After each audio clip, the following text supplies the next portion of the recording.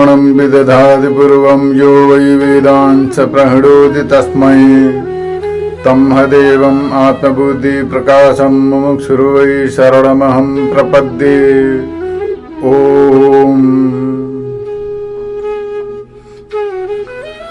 दिव्य ज्ञान प्रतिष्ठान में आप सभी का हार्दिक अभिनंदन करते हुए, सभी का स्वागत करते हुए आज का विषय प्रारंभ करते हैं।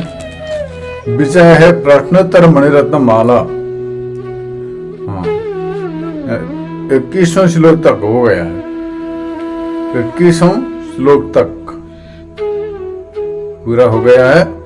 अब प्रारंभ करते हैं 22वें श्लोक से आगे बढ़ते हैं। 22वें श्लोक में बताते हैं किम मंडनम साक्षरता मुखस्य सत्यम च किम भूत हितम सदैव। मुख का भूषण क्या है? यहां पर बताते हैं कि मुख का भूषण क्या है। तो मुख का भूषण क्या है, इसे बताने पर जिज्ञासा करते हुए प्रत्युत्तर देते हैं विद्वता। मुख का भूषण है विद्वता। विद्वता के कारण ही मुख का भूषण होता है। विद्वता शास्त्रों का स्वाध्याय करेंगे, अध्ययन करेंगे, प्रवचन करेंगे, स्वाध्याय करेंगे, उपदेश करेंगे, उपदेश श्रवण करेंगे। उपदेश करना, स्वाध्याय करना, प्रवचन करना, पठन पाठन करना, अच्छी वाणियों को बोलना, सद भाषण करना, यह सब मुख के भूषण है। और इन सभी में से विद्वता सबसे बड़ा भूषण है। जब विद्वता है तभी प्रवचन कर सकते हैं, उपदेश दे सकते हैं, पठन पाठन कर सकते हैं। अब विद्वता नहीं है तो नहीं कर सकते, योग्यता होना चाहिए। तो विद्वता ही मुख का भूषण है। विद्वता ही मुख का भूषण है। इससे बढ़कर मुख का भूषण और दूसरा हो नहीं सकता, नहीं है। इसलिए बताते हैं कि मुख का भूषण क्या है। किम मंडनम साक्षरता मुखस्य। मुख का भूषण क्या है, इसे जिज्ञासा करते हुए बताते हैं कि मुख का भूषण है विद्वता। और आगे बताते हैं सत्यम च किम भूत हितम सदैव। सच्चा कर्म क्या है? सच्चा कर्म क्या है, इसे बताते हैं। सत्यम च किम भूत हितम सदैव। भूतों के हित के लिए कर्म करना ही सच्चा कर्म है। जिन कर्मों के द्वारा अपना हित के साथ साथ ही सभी भूतों का हित हो, वही कर्म सच्चा कर्म है। दूसरों को दुख दे करके, कष्ट दे करके अपना स्वार्थ साधना, ये कोई सच्चा कर्म नहीं है, ये आसुरी प्रवृत्ति है। और सच्चा कर्म वह है अपना भी हित हो और दूसरों का भी हित हो। हाँ, अपना कष्ट झेल करके भी दूसरों का हित के लिए लड़ते हैं सत्पुरुष। ये चाणक्य सूत्र में कहा गया है सत्पुरुष कौन है? तो जो परोपकार के लिए आगे बढ़े वही सत्पुरुष है। इस प्रकार वहां पर कहा गया है। तो यहाँ पर बताते हैं कि सत्यम च किम भूत हितम सदैव। सच्चा कर्म कौन है? जो सभी प्राणियों के लिए, भूतों के लिए, हित के लिए कर्म करते हैं, वही सच्चा कर्म है। अपना भी हित और दूसरों का भी हित, यही सच्चा कर्म है। आगे बताते हैं किम कर्म कृत्वा नहीं शोचनीयम। कौन सा कर्म करके बाद में पछताना नहीं पड़ता?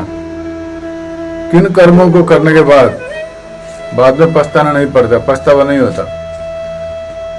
इसमें कहते हैं कामारी कंसारी समर्थनाख्यम। भगवान शंकर और भगवान श्री कृष्ण के पूजा आराधना करके बाद में पछताना नहीं पड़ता। परमात्मा के आराधना रूप कर्म करके, परमात्मा के आराधना रूप कर्म करने के पश्चात पछताना नहीं पड़ता, पछतावा नहीं होता उसका। बाकी जो भी करेंगे किसी न किसी कहीं ना कहीं जाकर के पछताना पड़ता है, पछतावा होता ही है। या तो सब छूट जाएगा, या तो अपने आप को सबको छोड़ना पड़ेगा जा करके, या तो अपने आप नष्ट हो जाएगा। विभिन्न प्रकार के संकटों से घिरे रह करके अनेक प्रकार के समस्याओं का सामना करना पड़ता है। लेकिन परमात्मा के चरण कमल रूप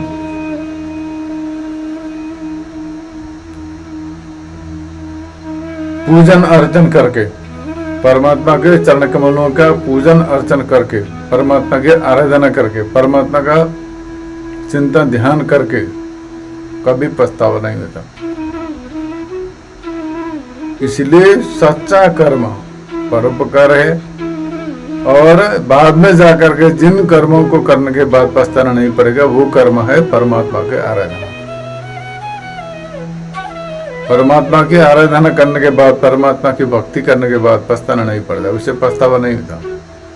बाकी दुनियादारी कर्म करके पछताना पड़ता है, उससे पछतावा हो सकता है, धोखा हो सकता है, लेकिन परमात्मा की भक्ति, परमात्मा के चरण कमल की स्मरण ध्यान चिंतन करने के बाद कभी किसी को पछताना नहीं पड़ता, पछतावा नहीं होता। हाँ, इस प्रकार यहाँ पर बताते हैं। और आगे बताते हैं बताते हैं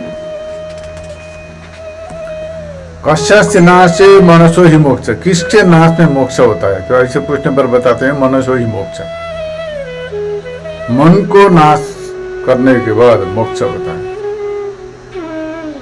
जब मन को नष्ट करेंगे, मन का नाश करेंगे तो मोक्ष प्राप्ति हो जाएगी।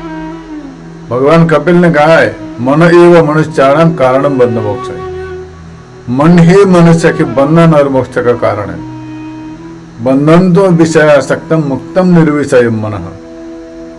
हाँ, विषयासक्त हो गया मन तो बंधन है, और जब निर्विषय हो गया मन, विषयों के प्रति आसक्ति को परित्याग करके परमात्मा के चिंतन प्रति संलग्न हो गया मन तो मुक्त है। और निर्विषय हो गया तो समाधि की स्थिति, पूर्णतः मुक्त स्थिति है। इसलिए बंधन और मुक्ति के प्रति मन ही कारण है। इस प्रकार यहाँ पर बताते हैं कश्यस्य नाशे मनसो ही मोक्ष, मन के नाश में मोक्ष है। हाँ, मन के नाश से मोक्ष, हाँ मोक्ष है। और आगे बताते हैं किसमें सर्वथा भय नहीं है। सभी प्रकार के भय है, संसार में अनेक प्रकार के भय है।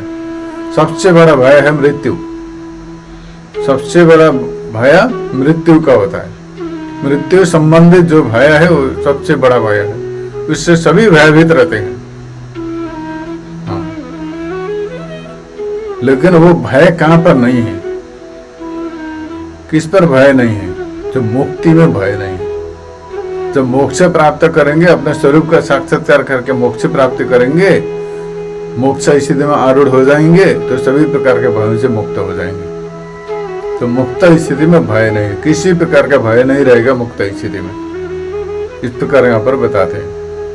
इसलिए मोक्ष प्राप्ति का प्रयत्न करना चाहिए। सब किसी के भय से मुक्ति चाहिए, कभी मरना ना पड़े, जन्मना ना पड़े, किसी प्रकार का कष्ट ना हो, किसी प्रकार का पछतावा ना हो, किसी प्रकार का बंधन ना हो, किसी प्रकार का चिंता ना हो। यही सब चाहते हैं तो उनके लिए उसी प्रकार पुरुषार्थ करना चाहिए जिससे वो प्राप्त हो सके। हाँ, लेकिन एक प्रकार की अभिलाषा है, पुरुषार्थ करेंगे दूसरी तरफ का तो नहीं होगा। हाँ, नदी में नीचे की ओर बहा करके ऊपर की ओर ढूंढने लगेंगे तो नहीं मिलेगा। एक तरफ बहा दिया, नीचे बहा के ले गया कोई भी पदार्थ और ऊपर ढूंढने लगे तो नहीं मिलेगा। इसी प्रकार संसार में भी अनेक प्रकार के विषय वासना से ग्रस्त होकर के कर्म करते हुए परम शांति चाहेंगे तो नहीं मिलेगा, क्योंकि परम शांति प्राप्त करने का स्थान ही नहीं दुखालय मशाश्वतम। भगवान श्री कृष्ण ने कहा है, गीता में बताया गया है कि दुखालय मशाश्वतम। ये संसार जो है दुखालय है, अशाश्वत है। इसलिए बताते हैं कि सभी प्रकार से भय से मुक्ति मिलेगी मुक्त स्थिति। मोक्ष अवस्था में किसी प्रकार का भय नहीं है, वहां पर किसी प्रकार का भय नहीं रहेगा। आगे बताते हैं शल्यम परम किम निज मूर्खतैव। सबसे बड़ी चूमने वाली बात क्या है? ऐसा पूछने पर बताते हैं अपनी मूर्खता।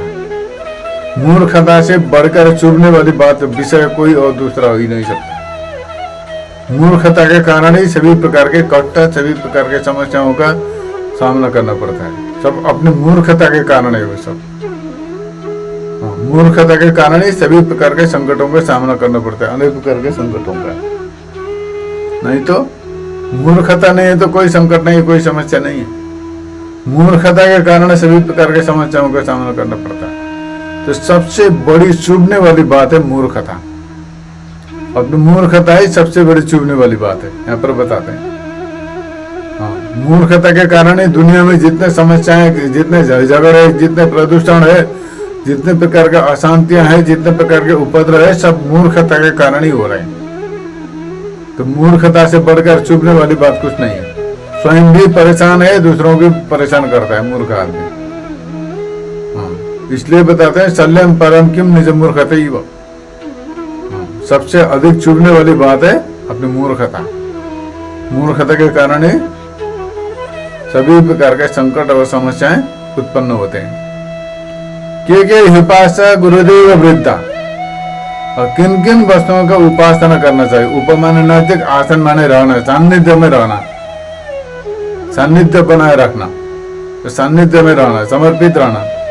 किन किन के साथ में रहना चाहिए तो बताते हैं। उपासना के योग्य कौन है तो देवता, गुरु और वृद्ध। एक है देवता, देवताओं का उपासना करना चाहिए। दूसरा है गुरु का उपासना करना चाहिए, गुरु का सान्निध्य में रहना चाहिए, उपदेश प्राप्त करना चाहिए, संगत करना चाहिए। और वृद्ध माने ज्ञानी जन जो है, ज्ञान वृद्ध। केवल उम्र से बूढ़े होने से कुछ नहीं होता है।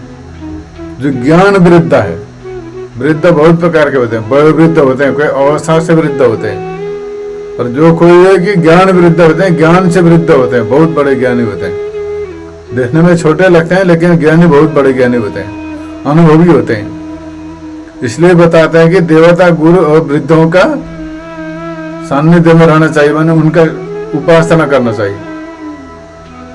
वही उपास्य है, इस प्रकार से यहाँ पर बताते हैं।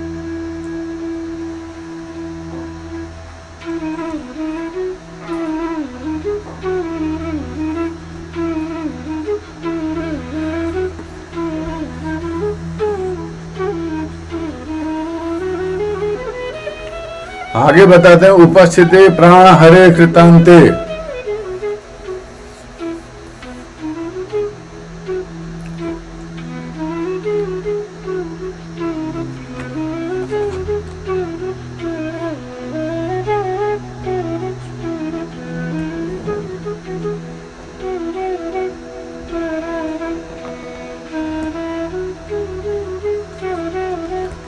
आगे बताते हैं,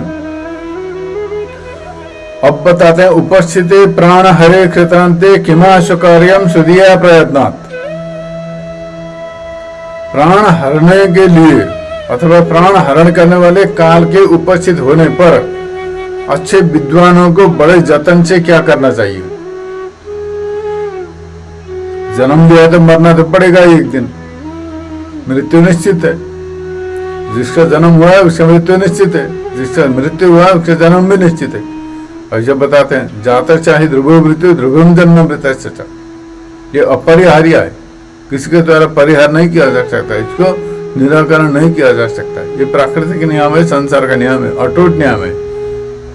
इसीलिए जन्म लिया तो मरना तो पड़ेगा ही। सभी लोग मरते हैं, सभी प्राणी मरते हैं।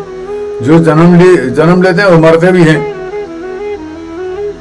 अब यहाँ पर बताते हैं कि प्राण हरण करने वाले काल के उपस्थित होने पर अच्छी बुद्धि वाले विद्वानों को बड़े जतन से तुरंत क्या करना चाहिए। मृत्यु का समय उपस्थित हो गया तो उस समय बड़े बुद्धिमान व्यक्ति को तुरंत तत्काल तीव्र गति से क्या करना चाहिए। उस समय समझदार व्यक्ति को क्या करना चाहिए। ऐसा पूछने पर बताते हैं कि सुख देने वाले और मृत्यु का नाश करने वाले भगवान मुरारी के चरण कमलों का तन मन वचन से चिंतन करना चाहिए। मृत्यु का समय उपस्थित होने पर विद्वान को क्या करना चाहिए। तन मन वचन से परम सुख परमानंद प्रदान करने वाले परम ब्रह्म परमात्मा के चरण कमलों का तन मन वचन से ध्यान चिंतन करना चाहिए, परमात्मा की भक्ति करना चाहिए। ऐसे बताते हैं। आगे बताते हैं केदश्च वसंति कुवासनाख्य। दस्यु डाकू कौन है, सबसे बड़े डाकू। तो बुरी वासनाएं ही सबसे बड़े डाकू। बुरे वासनाएं जो है ना, काम संबंधित, क्रोध संबंधित, लोभ संबंधित, इच्छा आकांक्षा, बुरी बुरी वासनाएं जितने भी हैं, अहंकार, मद, अभिमान, लोभ, ये जितने भी प्रकार के वासनाएं हैं ये सभी डाकू हैं। क्यों?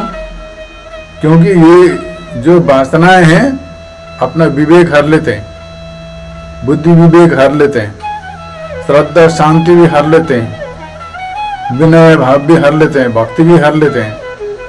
हाँ, और व्यक्ति को कठोर, उग्र और तामसी बना देते हैं।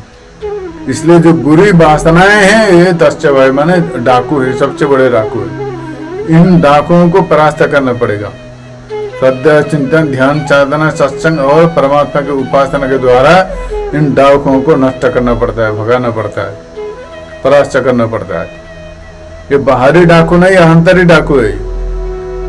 हाँ, ये कुवासना जो है ना, बुरी भावना है, बुरी वासना है, बुरी वासना है जो है, ये जो है कि सबसे बड़े डाकू है, आंतरिक डाकू है। बाहरी डाकुओं का सामना किया जा सकता है, पुलिस वगैरह प्रशासन का सहायता लिया जा सकता है बाहरी डाकुओं को नष्ट करने के लिए, लेकिन आंतरिक डाकुओं को नष्ट कैसे करें, किसकी सहायता लें?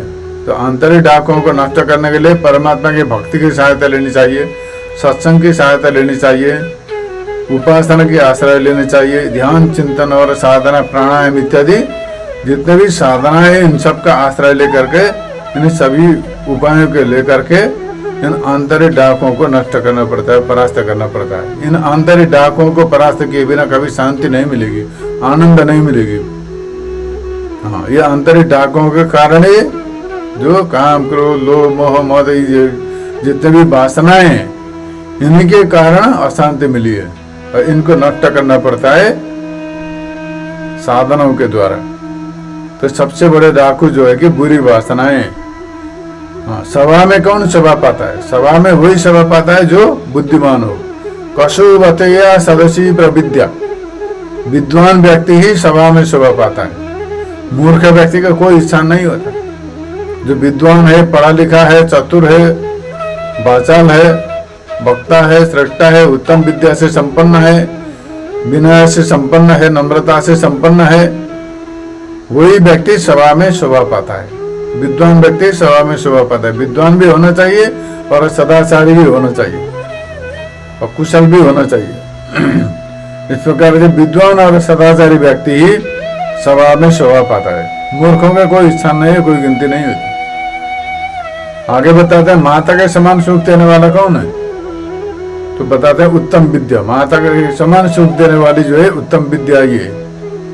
उत्तम विद्या के द्वारा ही माता के समान सुख प्राप्त किया जा सकता है। जिस प्रकार माता अपने संतान को सुख प्रदान करती है, उसी प्रकार विद्या भी विद्वान व्यक्ति को सुख प्रदान करती है। तो विद्या का आश्रय लेना चाहिए। किसी अंधविश्वास, किसी प्रकार के मान्यताएं, निराधार मान्यताएं, निराधार अप्रामाणिक परंपराओं का आश्रय लेने के बजाय विद्या का आश्रय लेना चाहिए। तो विद्या ही सबसे बड़ी चीज है। विद्या विहीन पशु, विद्या रहित व्यक्ति पशु के समान होता है। इसलिए यहाँ पर बताते हैं कि माता के समान उत्तम सुख देने वाली कौन है? सो बताते हैं विद्या, उत्तम विद्या। विद्या भी बहुत प्रकार के होते हैं। हाँ, तो सभी प्रकार के विद्याओं को छोड़ करके उत्तम विद्या का आश्रय लेना चाहिए, जो ब्रह्म विद्या, सब विद्या, सत्य का साक्षात्कार कराने वाली विद्या। हाँ, तो बताते हैं विद्या कौन है? सो सा विद्या या विमुक्त है, जो साधक को, विद्वान व्यक्ति को सभी प्रकार के संकट और जन्म मृत्यु के भय से मुक्त करा दे, वही विद्या है। इसलिए बताते हैं कि विद्या ही सबसे उत्तम सुख देने वाली है। देने से क्या बढ़ती है? आगे बताते हैं कि में रहते दान अवस्था सुविद्या। जो विद्या जो है ना, अच्छी विद्या जितना देंगे उतनी ही बढ़ेगी। विद्या अध्ययन करने के बाद चुपचाप पढ़े रहेंगे तो विद्या वो धीरे धीरे भूल जाएंगे। लेकिन विद्या अध्ययन करने के बाद साथ साथ में दूसरों को देना शुरू करेंगे, अध्ययन स्वाध्याय कराना शुरू करेंगे, अध्यापन करना शुरू करेंगे, तो विद्या दिनों दिन बढ़ती चली जाएंगी। हाँ, सूर्य की रोशनी की तरह प्रकाशित होती चली जाएंगी। लेकिन विद्या जो है कि अध्ययन करने के बाद एक जगह बैठ करके उसी में से सब बंद करके बैठेंगे, चुपचाप बैठेंगे तो भूल जाएंगे। धीरे धीरे करके वो विद्या कोई काम नहीं आएगी, लुप्त हो जाएंगे। इसलिए विद्वान लोग बड़े संघर्ष करके विद्या को प्रचार प्रसार में लगे रहते हैं। हाँ, उसी परंपरा के द्वारा आज हम लोग भी विद्या प्राप्त कर रहे हैं। अगर विद्वानों ने अध्ययन करके एक ही जगह रख करके चुपचाप बैठे होते तो आज वो विद्या की परंपरा नहीं होती, लुप्त हो जाती हुई। लेकिन विद्वानों ने बड़े जतन से, बड़े प्रयत्न से ला करके विद्याओं के परंपराओं को जो कि यथावत कायम रखे हुए हैं, इसलिए उन्हीं के माध्यम से हम लोग विद्या प्राप्त कर रहे हैं, जान रहे हैं, समझ रहे हैं, प्रकाश की रोशनी प्राप्त कर रहे हैं, ज्ञान रूपी प्रकाश की रोशनी प्राप्त करके अपने जीवन को उज्जवल भविष्य प्रदान करने में सक्षम हो रहे हैं और सही दिशा प्राप्त कर रहे हैं।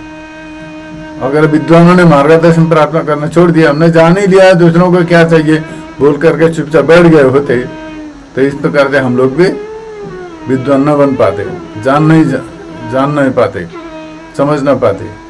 लेकिन विद्वानों के जतन, उन्हीं पूर्वजों के, उन्हीं पूर्वज गुरुओं के आशीर्वाद, उन्हीं के अथक परिश्रम प्रयास के कारण आज तक विद्या की परंपरा जो है यथावत चली आ रही है। इसी प्रकार विद्वान व्यक्ति को भी आगे बढ़ना चाहिए, अपने विद्या को प्रचार प्रसार के द्वारा बढ़ाना चाहिए। जितना देंगे उतना ही बढ़ेगी विद्या, जितना दान करेंगे उतना बढ़ेगी विद्या। दान देने से कभी घटेगी नहीं, कोई हरण नहीं कर सकता, कोई चोरी नहीं कर सकता। अन्य बाहरी संपत्ति चोर डाकुओं ले उठा ले जा सकते हैं, हाँ, कोई प्रशासन उठा के ले जा सकता है, एंटी करप्शन लग सकता है, कुछ भी हो सकता है। लेकिन विद्या जो है, विद्या कभी कोई नहीं ले सकता, कोई हरण नहीं कर सकता। सबसे उत्तम संपत्ति, सबसे बड़ी संपत्ति, सबसे बड़ी रत्न विद्या है। हाँ, इसलिए विद्या जो है जितना देंगे उतना बढ़ेगी। हाँ, जो विद्या स्वयं अध्ययन करना भी चाहिए और स्वाध्याय कराना भी चाहिए। आगे बताते हैं, कुतो ही भीति सततम विधेया, निरंतर किससे डरना चाहिए, निरंतर किससे डरना चाहिए। बताते हैं 2 बातों से निरंतर डरना चाहिए। एक है लोक निंदा और दूसरा है संसार रूपी बन। लोक निंदा से डरना चाहिए।